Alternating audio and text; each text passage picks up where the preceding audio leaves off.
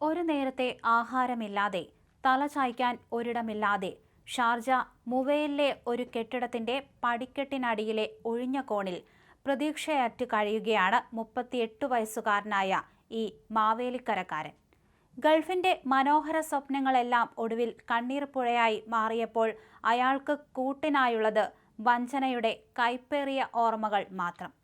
വർഷങ്ങളോളം പ്രവാസ ലോകത്ത് വിയർപ്പൊഴുക്കി കുടുംബം പോറ്റിയ പരിചയസമ്പത്തുമായി 2018 ഈ യുവാവ് UAE എത്തുന്നത്. സൗദിയിലും ഒമാനിലുമൊക്കെ ജോലി ചെയ്ത ശേഷമായിരുന്നു ഈ വരവ്.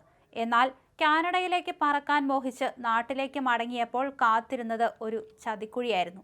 6 ലക്ഷം രൂപ നൽകിയിട്ടും ഏജന്റുമാർ കബളിപ്പിച്ചു. കാനഡയിലേക്ക് ദുബായ് വഴിയെന്ന് വിശ്വസിപ്പിച്ച് സന്ദർശക വിസയിൽ എത്തിച്ച ശേഷം അവർ മുങ്ങി. നിവൃത്തിയില്ലാതെ 2021 മറ്റൊരു തൊഴിൽ വിസയുമായി UAE തിരികെ എത്തി.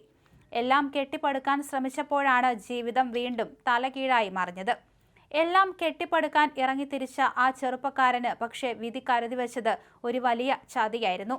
അജ്മാനിൽ വെച്ച് പരിചയപ്പെട്ട പത്തനംതിട്ട സ്വദേശിയായ അനീഷ് എന്ന സുഹൃത്തിനെയും അയാളുടെ ഭാര്യ ലക്ഷ്മിയെയും കണ്ണടച്ച് വിശ്വസിച്ചതാണ് അയാളുടെ ജീവിതം തെരുവിലാക്കിയത്.